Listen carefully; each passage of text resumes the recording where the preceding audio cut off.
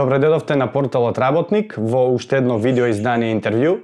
Овој пат со нас е господин Милан Петковски, председател на Македонското здружение за заштита при работа. Бидете со нас во наредните минути. Милан, здраво, како сте? Честито празници, нова година, Божич, кој што слави тоа нека му е честито. Се надевам дека 21 ќе ни биде за малку подобро 20-та. Да не повториме само. Така е, да сме здрави и живи. Исто нека биде успешна годината и кај вас и пред се здравје понатаму се што треба.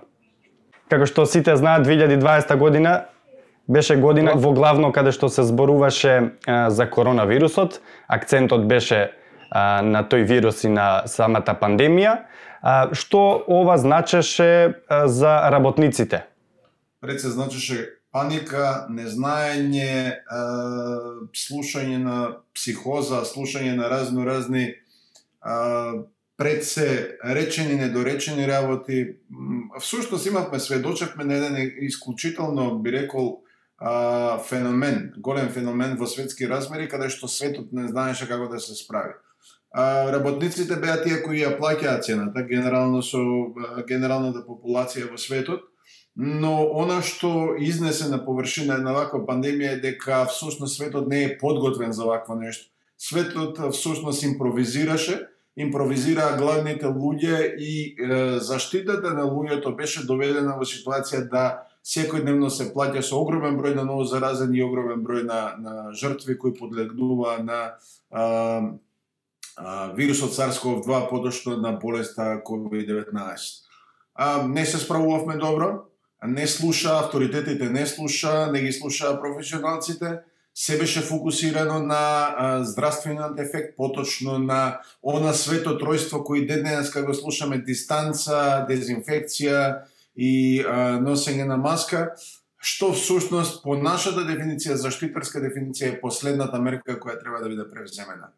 Иако се обидувавме тоа да го искомуницираме, иако се обидувавме тоа да го предочиме и на нашите авторитети во државата, сепак можам со жалење да констатирам дека професионалците во земјата се оние секогаш кои последни ќе бидат слушнати. Барем тоа искуството не го говори. Така, впрочем и знаеме дека експертите за заштита при работа, докторите по медицина на трудот не беа вклучени во комисијата за заразни болести, која што нели преку различни мерки се обидуваше да се справи со пандемијата. Зошто според вас овие експерти не беа вклучени? Сега ќе всушност ќе претпоставам, со американците добро викаат секој оној кој претпоставува се доведува во заблуда не само себе си, него и оној соговорникот или на кого се прави всушност грешка. Она што можам да го заклучам од досегашното неодговарање или поточно невклучување на експертите од областта на заштита при работа или безбедност и здравје при работа, инженерите. Значи, зборуваме за инженерска професија. И она што представуваат лекарите по медицина на труд. Значи, зборуваме за лекари, доктори, зборуваме. Високо образовани луѓе кои завршиле факултети, луѓе кои завршиле постдипломски, луѓе кои докторирале на конкретните проблематики, тие не беа доволно интересни или не беа доволно сериозно сватени за да бидат дел од експертите кои треба да бидат консултирани. И најмалку сакам да навлагам во мотивите на членовите на, ајде да кажеме, на нашата администрација, но она што и текако ми смета е дека ние, иако бевме, да кажеме, ставени на страна, ние сепак бевме во модот на повикот на нашата професија и одговаравме со тоа што нудевме решенија, со тоа што нудевме конкретни активности, со тоа што почнувајќи од месец јануари ние бевме секојдневно, би рекол, на линија и алармиравме за тоа што ни престои, како да се справиме и кои се всушност треба да ги земеме. Да кажам дека ако би требало во инженерски жаргон, тоа помина тука, добро, сега се ова мноштво непознаници кои треба да, нели, пред се да имаме предпознавање и така натаму. Но ако зборувам за таа заштитарска пирамида, која предпоставувам дека ја знаат многумина, никогаш не почнува со држете дистанца, делот, например, на лични заштитни средства, кои не се лични заштитни средства како што се маските, и да користиме обилни количини на хемиски агенси, кои у суштина се наменети да убијат живот. И вирусот е на некој начин живот. Ако ние започнуваме со тоа дека пред се треба да разбереме со што имаме работа, ако првиот чекор ни е елиминација или поточно доколку не може да се елиминира од работниот процес да се субституира со помалку штетно, ако не може и тоа да се направи, тогаш доаѓаме во ситуација сет на инженерски мерки да превземеме. Ако го зборувам на сет на инженерски мерки, па меката системи за климатизација и вентилација, системи за филтрација, системи за јонизација, системи за дезинфекција со УВ зрачење, со УВЦ зрачење и така натаму. Значи, бројни мерки кои треба да всушност му помогнат во случајов на работодавачот, бидејќи ние кога се обраќавме, зборувавме во насока на тоа да ги заштитиме работниците, а со тоа да им помогнеме на работодавачите. Ако и тоа не успее во одредено време да го одземе, тоест да го намали ризикот, тогаш да применеме кон следната административна мерка. Тука се бројните на комуникација, на приближување на непознатото во границите на познатето, на блиското, на оние на кои се однесува, и ако дури и тоа не ни успее на сите вработени да им обезбедиме соодветна лична заштитна опрема, средства. Многумина зборуваат, дури ден денеска се казнуваат луѓе доколку не носат маски. Јас првенствено што од првиот ден носа маска не заради друго, и тоа им го кажувам на другите, не дека таа хируршка маска мене ќе ме заштити, него едноставно прво што сакам да направам е на соговорникот да му влеам психичка сигурност дека на некој начин нема да го распространам вирусот. Знаете, во заштитата при работа постојат стандарди. FFP3 стандардот е онај маските кои се користат за да не пропуштаат биолошки штетност. Се извинам, штетност. Доколку и тоа не користи, се ставаат затворени маски кои го фаќаат целото лице, има посебни филтри преку цевководи црева кои всушност го филтрираат воздухот.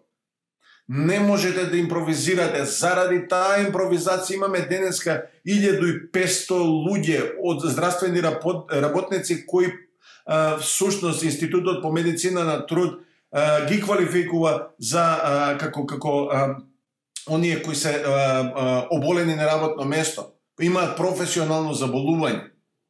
Па луѓе, тоа е армија на луѓе. Имаме и смртни случаи кои всушност се заразиле на работните места. И се само заради тоа што не сакаме, имаме восок во ушите и не сакаме да разбереме всушност дека внатре, дома, имаме луѓе кои не мора да го разбираат механизмот на ширење на вирусот, но одлично се разбираат кога станува збор во превентивните мерки, начинот, постапките како всушност треба да се заштити индивидуата. Јас жалам, кога се извинувам и ќе завршам тука, жалам кога всушност имаме ситуација дека немаме студии. Значи немаме конкретни студии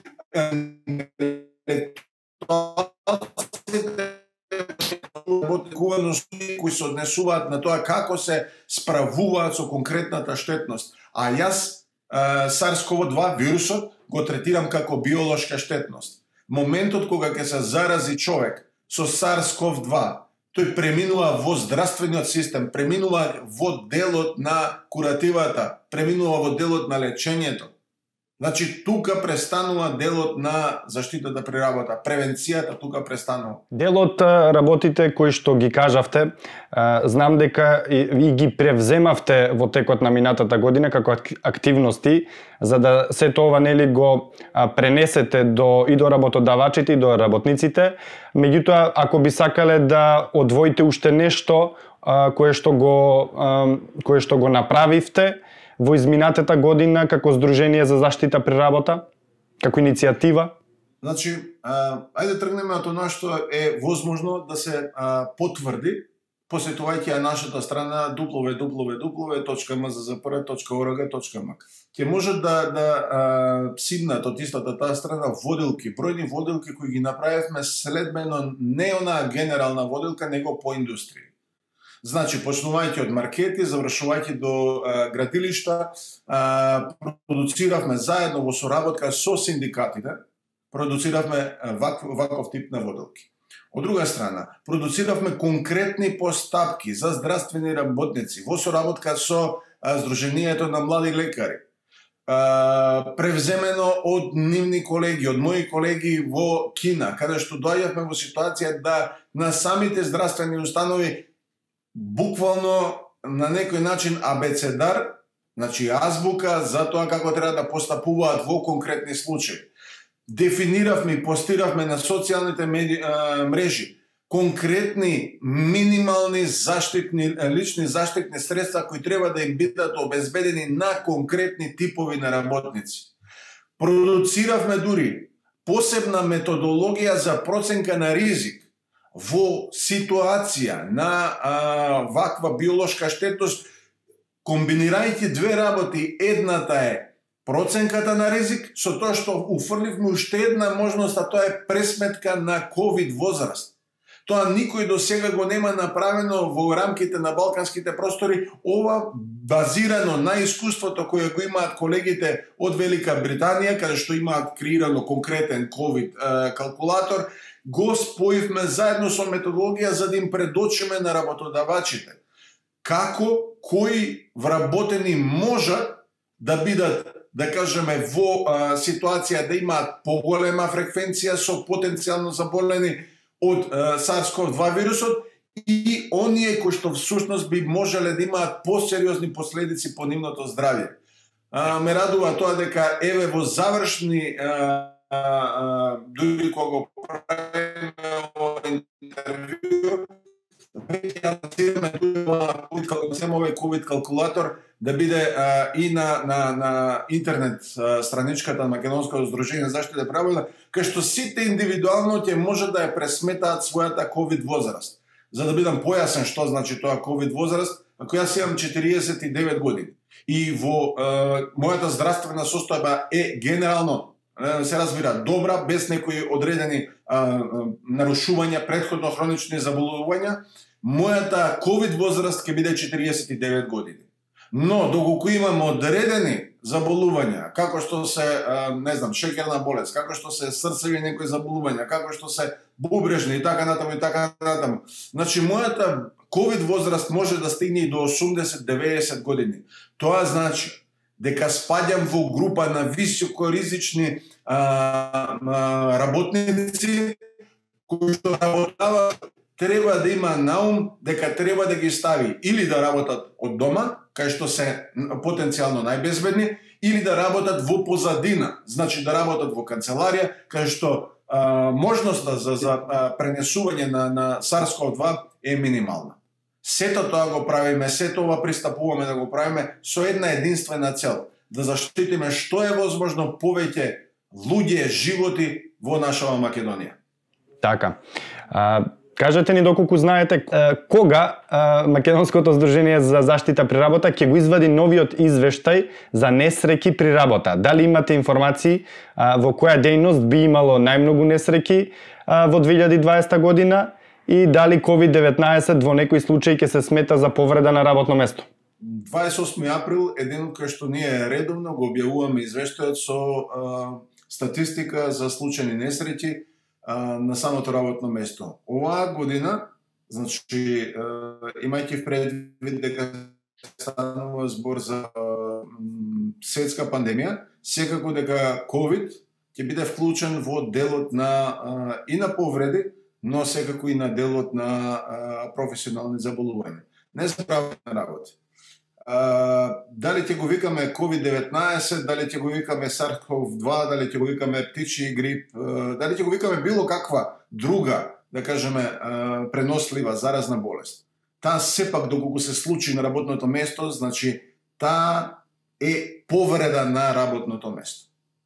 Постои закон овде во Македонија кој се нарекува Закон за пензијско и инвалидско осигурување, кој што вели за да му се признае некому професионално заболување, потребно е, член 39, потребно е да бидат исполнети услови да е позната штетноста и да е долгорочно изложено лицето на таа конкретна штетност. Тоа е за професионално заболување. Но секако во следниот член ќе видите дури и акутно изложување на конкретниот вработен на одредена биолошка штетност, како што се случуваше во Македонија во изминатиот период со SARS-CoV-2, е исто така прифатливо и треба да се пријави како повреда на работа, дури и следно инструкциите кои беа давани од страна на Фондот за пензијско и здравствено осигурување, како и циркулирање преку лекарската комора до здравствените работници, беше предочено. А ова е и нашиот став. Секој пат кога всушност ќе се разволи, зарази некој на работното место со SARS-CoV-2, мора да биде поднесена пријава до трудовиот инспекторат дека е случајна несреќа на работното место и дека конкретниот работник се има заразено на работното место.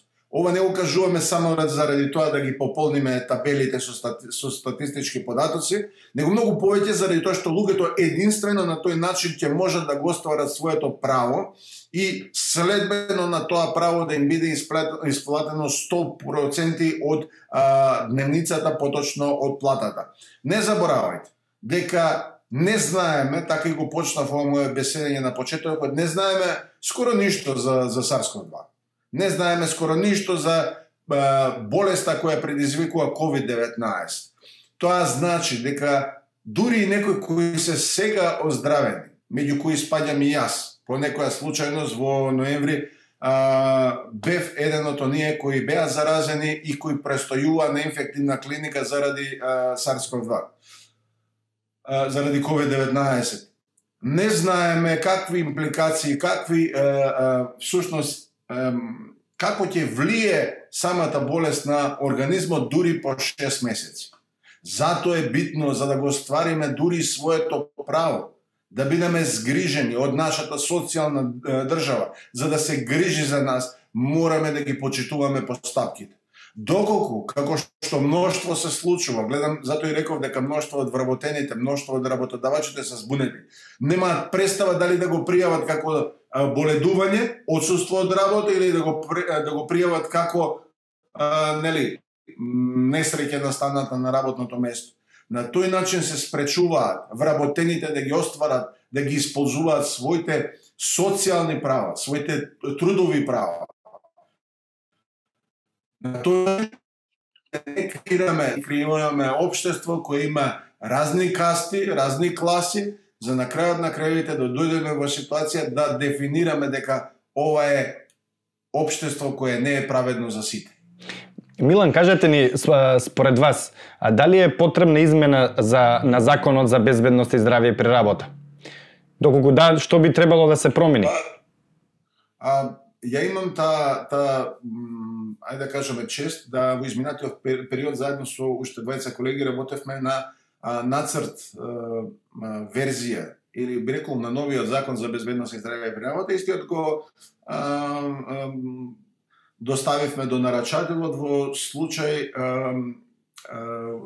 следбено на договореното, но кога веќе ме прашавте на што би бил ставен акцентот, секако акцентот кај Законот за безбедност и здравје при работа, иако го имавме оној 2007 во рамките како што беше изготвен, ги даваше добрата рамка за тоа како треба да биде поставена безбедност и здравјето при работа, постоја и многу детали кои всушност беа недоречености, кои правеа всушност забуна во и кај работодавачите, но и кај работниците. Од таа страна, следбено и на нашата стратегија, сметаме дека делувањето првенствено, апропо и разговоров кој го преме, треба пред се да биде даден во делот на јасно дефинирање на улогите во системот за безбедност и здравје при работа. Значи, кој каква улога има и кој какви обврски и права и обврски има. Следното кое треба дефинитивно да го издвоиме како една од горливите точки е делот со статистиката која всушност ни представува болна точка внатре во државата. ние доколку ја немаме статистика, да не можеме да ја поставиме точната диагноза од што боледува нашето македонско општество, од што боледува нашата индустрија. Доколку не дојдеме во ситуација дека треба да разбереме дека безбедноста и здравјето при работа представува култура, а кога зборуваме за култура, тоа е сет на усвоени постапки кои не водат кон добри пракси, кон начин на превентивно однесување. Значи, комуникацијата е клучна. Делот на разговорите, делот на преговорите, делот на заеднички интерес ќе не доведе само во ситуација да се разбереме и работниците и работодавачите многу подобро. Но од друга страна, ако се тоа не го базираме врз научни основи, ако не го базираме врз докажани, потврдени податоци, ние всушност ќе се најдеме и до сега, како што се наоѓаме во магарешката клупа позади, каде што ги препишуваме поголемиот дел од работите без да ги разбереме и без да знаеме зошто ги применуваме и со каква цел не води за да ги имплементираме. На крајот, сето, ако го поставиме на многу, би рекол, базични основи, треба да сватиме дека безбедност и здравјето при работа или заштитата при работа е пред се длабоко хумана професија, длабок хуман пристап, каде што за главна цел го има покрај потребата да се оствара дополнителни, значи додадена вредност. Пред се има за цел да го заштити интегритетот, не само физичкиот, него психофизичкиот интегритет на индивидуата и да овозможи инклузивност. Заради тоа што колку повеќе имате луѓе кои се отфрлани од системот, толку ќе имате луѓе кои се фрустрирани од системот.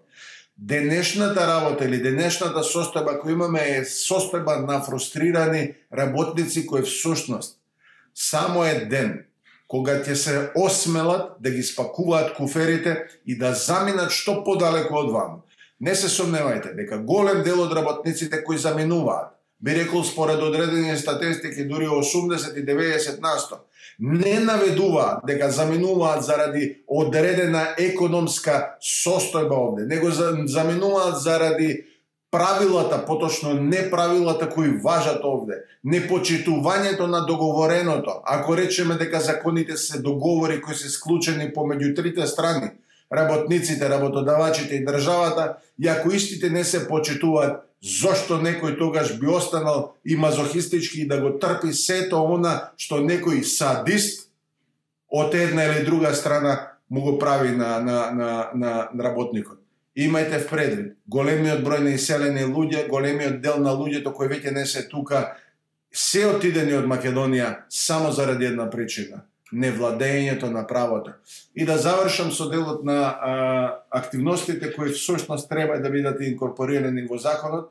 Јас длабоко се залагам за тоа дека само со обучени синдикати можеме да дојдеме во ситуација да се разбереме за што зборуваме и да се разбереме кои се рамките на ова, би рекол, културна активност. Ја ставам во доменот на културата, делот превентивната култура, доменот на безбедноста и здравјето при работа.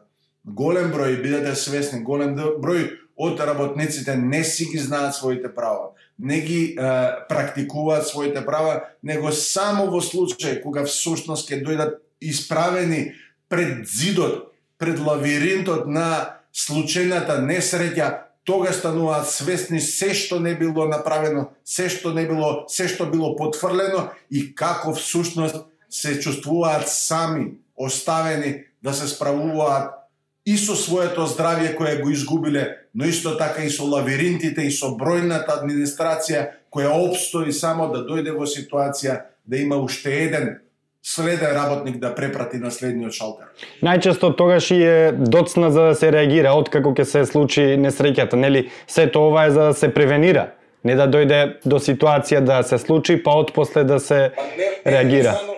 Не станува збор, јас уште еднаш ќе потенцирам. Заштитата при работа има смисла единствено како превенција. Кога ќе се случи несреќата, тогаш други ве превзимаат. Ве превзима социјалниот систем, ве превзима здравствениот систем, ве превзима правниот систем. Всушност други професии понатаму почнуваат да се занимаваат со вас. Мојата професија професијата на заштита преработа, како и лекарите по медицина на труд, имаат активна улога се до моментот на случување на несреќата. Сето останато понатаму влегува во делот на други професии. Чисто како едно заокружување, како препорака за работниците и работодавачите, доколку имате, можете да посочите? Читајте. Читајте, знаете си ги своите права, не предпоставувајте. Не доаѓате во ситуација да некој ви кажува заради тоа што разбрал, недоразбрал. Ако зборуваме за Законот за безбедност и здравје правата, земете го законот, има 70 на членови, прочитајте го. Повеќето членови се однесуваат на делови кои реално не се однесуваат на синдикалниот, на работниците и така натаму. Но прочитајте, не бидете оние слепите кои ќе бидат водени од други слепи. Дојдете во ситуација да своите права ги практикувате. Вториот дел кај што стапаѓа во делот на заштита правата, ако не говорите, ако не кажувате, ако не комуницирате, ќе се најдете во ситуација дека друг ќе го прави тоа за вас. Кога друг го прави тоа за вас, ќе дојдете во ситуација дека не се тоа вашите интереси. Затоа читајте и говорете, но кога говорите, имајте разумна, логична рамка за тоа што го зборувате, заради тоа што ако често пати ми се случувал дури со работници кога разговарам, најчесто се обидуваат, например, работиве да ги извадат или преку медиуми или на мускули. Ниту едното, ниту другото му оди во полза. Медиумите ќе ја видат својата сладка и ќе го направат прилогот за 5 минути во ударните вести и понатаму се замера, додека пак на мускули немате толку, би рекол во символичен некој си жаргон, немате толку јаки финансиски мускули колку што ја има другата страна. Затоа и најчесто работниците можеби се на онаа губитничката страна. Не бидете тие, читајте и гласно говорете, но кога говорите нека биде базирано на разум. Благодарам, Милан. Ви благодариме за одвоеното време, па до наредно видување, бидете во добро здравје. Благодарам. Здравјето да се враќа, да си го чувате здравјето, затоа што ковидов не е шега. Имајќи таа можност да бидам дури 12 дена на инфективна клиника, можам да ви кажам дека ковидот е пред се болест за која многу малку знаеме. Ковидот е борба со која секој од нас индивидуално се справува, но ковидот е исто така доказ за човечката хуманост, затоа што морам да ја одадам почит на здравствените работници кои беа таму, во момент кога знаете во која ситуација сте, во момент кога слушате околу вас како човек се бори за здив. Јас не видов ниту еден од тие здравствени работници да каже не влегувам таму. Ги видов луѓето кои што всушност дури со макотрпни долги часови кои работат и помагаат, умеат да влезат со насмевка и умеат да се обидат преку, ајде да кажем, тој балкански, македонски дух, да дојдат и преку шега, да се обидат да ве подигнат во духот. Значи тоа, многу значи. Одлично. Благодариме за одвоеното време уште еднаш и до наредно видување. Поздрав. Се најдобро.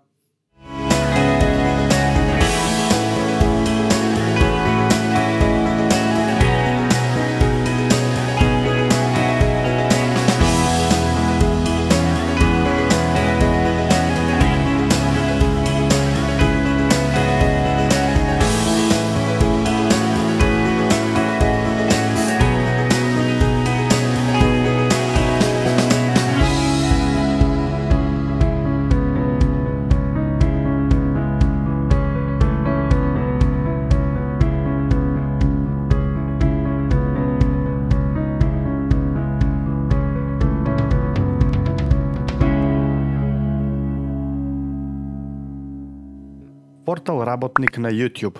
Притиснете лайк, сабскрајб и удрете на звончето.